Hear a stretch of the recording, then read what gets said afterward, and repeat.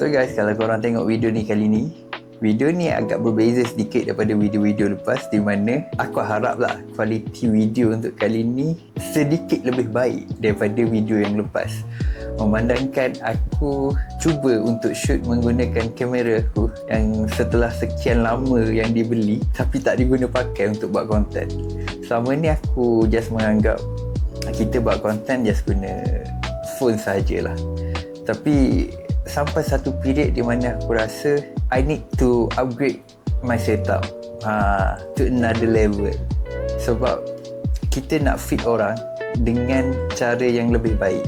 Tapi at the same time, aku still banyak lagi kena belajar setting kamera ni, di mana aku baru faham kenapa lighting sangat penting. Dan apabila aku try setup sebagaimana aku setup untuk phone, it is totally different lah. Di mana lampu-lampu yang aku ada ni tidak memberi kualiti sebaik yang aku nak. Ia berbeza dengan cara kita shoot menggunakan telefon dan kamera, di mana kamera memerlukan source of light yang lebih banyak.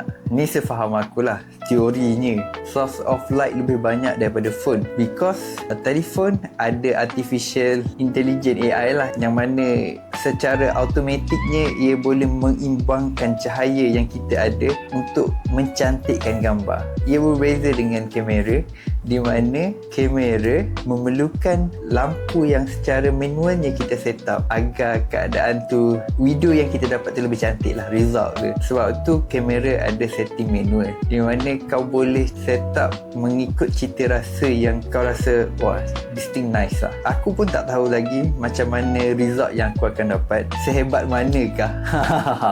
Tapi ya, it is what it is. Kita cubalah. So sebab kamera ni dah terlampau lama dah aku simpan, aku hanya guna untuk buat kerja. So why not aku fully utilize. Benda dah bayar, benda dah beli, rugilah tak pakai kan. Itulah cerita dia.